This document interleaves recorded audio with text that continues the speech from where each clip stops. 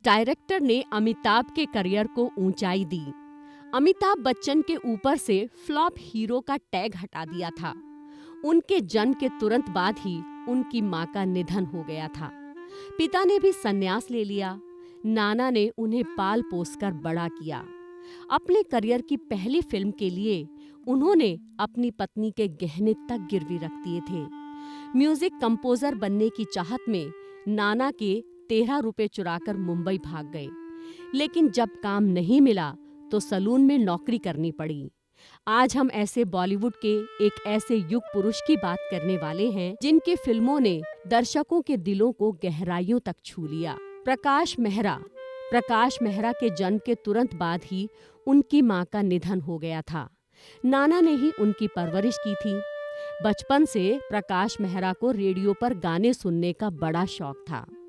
एक दिन मौका पाते ही वो नाना की तिजोरी से 13 रुपए चुराकर मुंबई भाग गए। कम उम्र में भला उन्हें फिल्म इंडस्ट्री में कौन काम देने वाला था। थक हार कर जब काम नहीं मिला तो उन्होंने एक सैलून में काम करना शुरू कर दिया।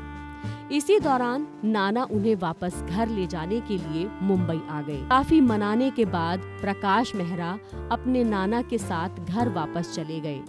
कुछ दिनों बाद वो वहां रहे, लेकिन फिल्म इंडस्ट्री ने उन्हें फिर वापस बुला लिया। मुंबई वापस आने के बाद प्रकाश ने कई बड़े बड़े प्रोडक्शन हाउस में बतौर लिरिक्स राइटर काम मांगने के लिए चक्कर लगाए। रोज सुबह उठकर वो काम की तलाश में निकल जाते थे, लेकिन घर वापस सिर्फ निराश होकर ही लौटते थे। हालांकि उनका ये संघर्ष जल्द ही खत्म हो गया। उन्हें एक प्रोडक्शन हाउस में कैमरा हैंडल करने का काम मिल गया था। धीरे धीरे ये काम करने के साथ उनका रुझान फिल्म मेकिंग की तरफ हो गया। 1950 में उनका प्रमोशन हो गया और वो प्रोडक्शन कंट्रोलर बन गए। इसी दौरान बख्शी प्रोडक्शन कंपनी ने उन पर भरोसा किया और उन्हें फिल्म हसीना मान जाएगी डायरेक्ट करने का मौका दिया। ये प्रकाश मेहरा की जिंदगी की पहली फिल्म थी जिसे उन्होंने डायरेक्ट किया। रिलीज के बाद इस फिल्म ने बॉक्स ऑफिस पर रिकॉर्ड तोड़ कमाई की। इस फिल्म में शशि कपूर और बबीता लीड रोल में थीं। फिल्म हसीना मान जाएगी की सफलता के बाद प्रकाश मेहरा का फिल्म इंडस्ट्री में कद ऊंचा हो गया। कई नामी डायरेक्टर, प्रोड्यूसर समेत बड़ी प्रोडक्शन कंपनियां उन्हें नोटिस करने लगी। डायरेक्शन में आने के बाद उन्होंने गाने लिखना बंद नहीं किया। उनकी डायरेक्शन में बनी फिल्मों में उनके लिखे हुए गाने भी सुनने को मिलते थे। कई फिल्मों में डायरेक्शन करने के बाद प्रकाश मेहरा ने फैसला किया कि वो डायरेक्शन के साथ फिल्म प्रोडक्शन का काम भी करेंगे। इसी के साथ उन्होंने फिल्म जंजीर बनाने की ठानी। इस फिल्म के बनने की कहानी भी काफी दिलचस्प है।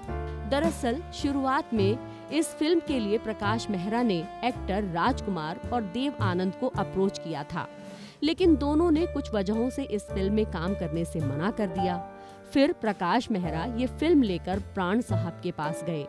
उन्होंने फिल्म की कहानी सुनने के बाद प्रकाश मेहरा से कहा, आप फिल्म बॉम्बे टू गोवा देखिए, इसे देखने के बाद आपको फिल्म का हीरो मिल जाएगा। प्राण साहब की बात मानकर उन्होंने पूरी फिल्म देखी।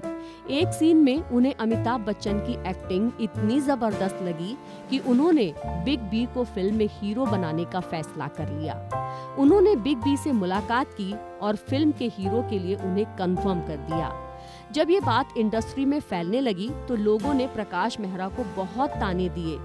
तानों की वजह थे अमिताभ बच्चन।